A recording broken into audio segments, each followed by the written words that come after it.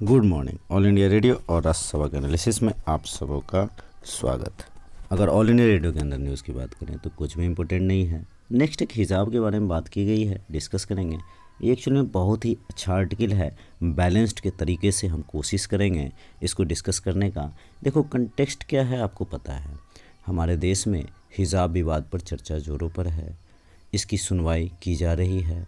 कुछ हिजाब के पक्ष में है, कुछ इसके विरोध में है। कर्नाटक हाई कोर्ट से यह शुरू हुआ, मतलब कर्नाटक से ही मेनली विवाद हुआ। विवाद क्या है इस बात को समझो। एक स्कूल में कुछ मुस्लिम चिल्ड्रन ने, कुछ मुस्लिम बच्चे ने कहा कि स्कूल हम हिजाब पहन के आएंगे। समस्या यहाँ से स्टार्ट हो गई। कर्नाटका हाई कोर्ट में हिजाब के मामले में कई दिनों से सुनवाई चल रही है।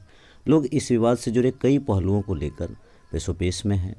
हिजाब विवाद कर्नाटक में उडुपी के एक कॉलेज से शुरू हुआ और यहाँ से जिस तरह से बातें हुई वही सारी बातें कही हैं। देखो छात्राओं ने मना कर कॉलेज में फैसले के मानने से इनकार कर दिया। कॉलेज वालों ने कहा आपको हिजाब नहीं पहनने दिया जाएगा। यहाँ पर कोर्ट इस मामले में लगातार सुनवाई हो रहा है और कोर्ट टिप्पणी करते हुए कहा था कि छात्र स्कूल और कॉलेजों से धार्मिक ड्रेस के लिए जिद नहीं कर सकते। कोर्ट ने कहा कि जब तक मामले में फैसला नहीं आता तब तक छात्र स्कूलों के ड्रेस कोड का पालन करें। अब देखो फिलहाल इस मामले में पूरे देश में बहस छिड़ी हुई है। यहाँ पर यही बात की गई है और यहाँ पर बात की गई है संवैधानिक रूप, मौलिक रूप, धार्मिक रूप, शैक्षणिक रूप, सामाजिक रूप और राजनीतिक रूप, सब रूपों पे चर्चा करेंगे। ज़रा सा गौर से सुनने की, समझने की कोशिश करना। ये अलग अलग पहलू की है, अलग अलग पहलू से इसको देख सकते हैं। पहला तो रिलीजियस हो गया, मतलब धार्मिक रूप हो गया। दूसरा सोशल रूप हो गया। तीसरा संवैधानिक हो गया। चौथा राजनीतिक हो गया। अब देखो पहली बात तो ये क्लियर हो जानी चाहिए कि कुरान में कहीं भी नहीं लिखा है कि आप हिजाब पहने। बड़े बड़े स्कॉलर इस तरह की बातें कह रही है। अब कहीं लिखा हो तो हो सकता है, लेकिन अभी तक तो मैंने नहीं सुना है।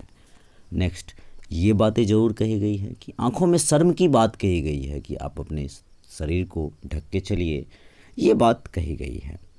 देखो अब आते हैं संवैधानिक अधिकार। पहले तो हम संविधान की बात करेंगे। तो संवैधानिक अधिकार क्या है?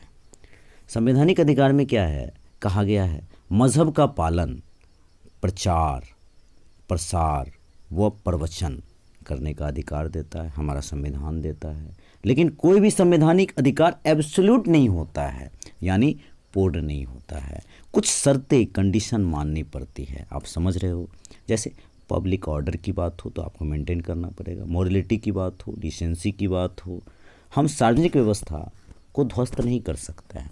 देखो सारी बातें सही हैं, लेकिन हम सार्वजनिक व्यवस्था को ध्वस्त कैसे कर सकते हैं? नहीं कर सकते हैं।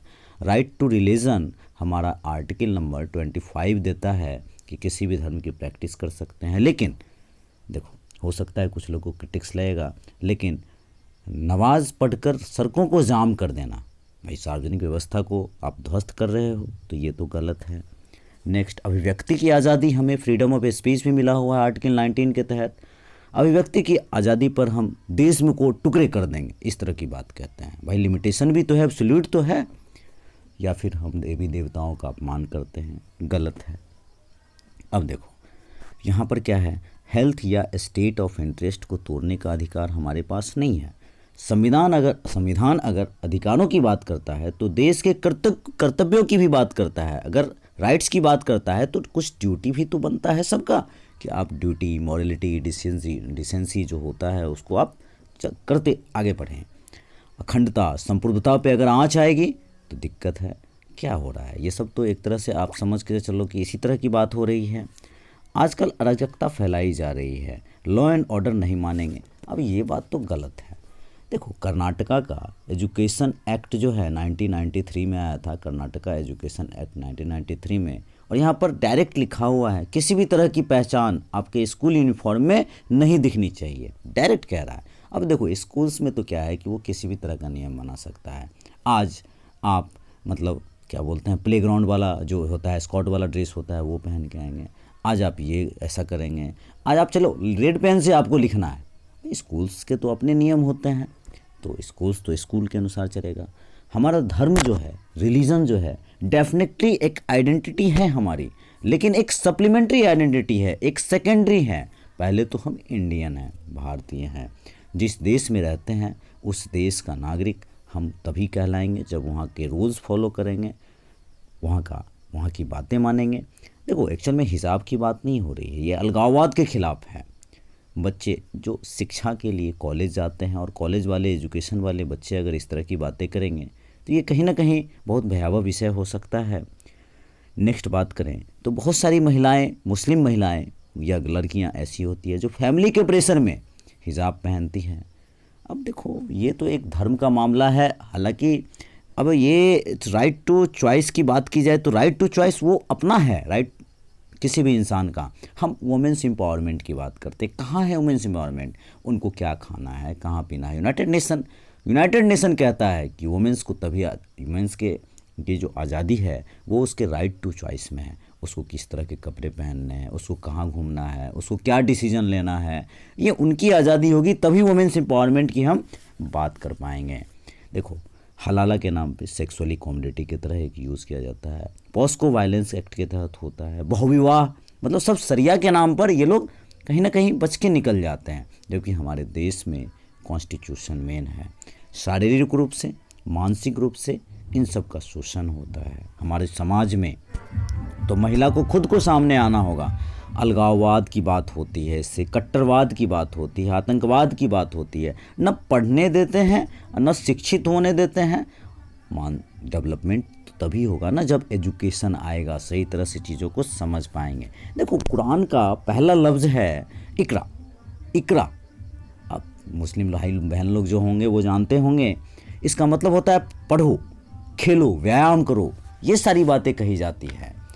कॉलेज जा रही हो बिगड़ जाओगी, इस तरह की मानसिकता है हमारे यहाँ, तो इसलिए वो कहते हैं कपड़े पूरे बुर्के में डब जाओ, इस तरह की बातें होती हैं। किरदार अच्छा होना चाहिए। देखो मिलिट्री में हो, डिफेंस में हो, कितनी सारी वुमेंस पायलट है। अब देखो नॉर्मल सोच के देखो, आप इसको सजेशंस में यूज़ कर सकते हो। कोई वुमेंस, मुस्लिम वुमेंस है, अगर हिजाब पहनेगी तो वो एसपी के पोस्ट पे है, तो एसपी के पोस्ट पे क्या हिजाब पहन करके वो वर्क करेगी? या फिर पायलट है तो एरोप्लेन चलाएगी तो क्या वो हिजाब पहन के चलाएगी? तो इस तरह से आप इन चीज़ों को, आत्मसम्मान की बात होती है, इन चीज़ों को ऐसे कनेक्ट करके आप यूज़ कर सकते हो। और एक बैलेंस्ड वे में किसी भी हिजाब पहनना नहीं पहनना, दोनों को बैलेंस लेके चलना है। बैलेंस लेके इसका आंसर हम तैयार कर सकते हैं। आजकल बहुत हॉट टॉपिक आप कह सकते हो। तो आज के डिस्कशन में इतना ही था। Thank you.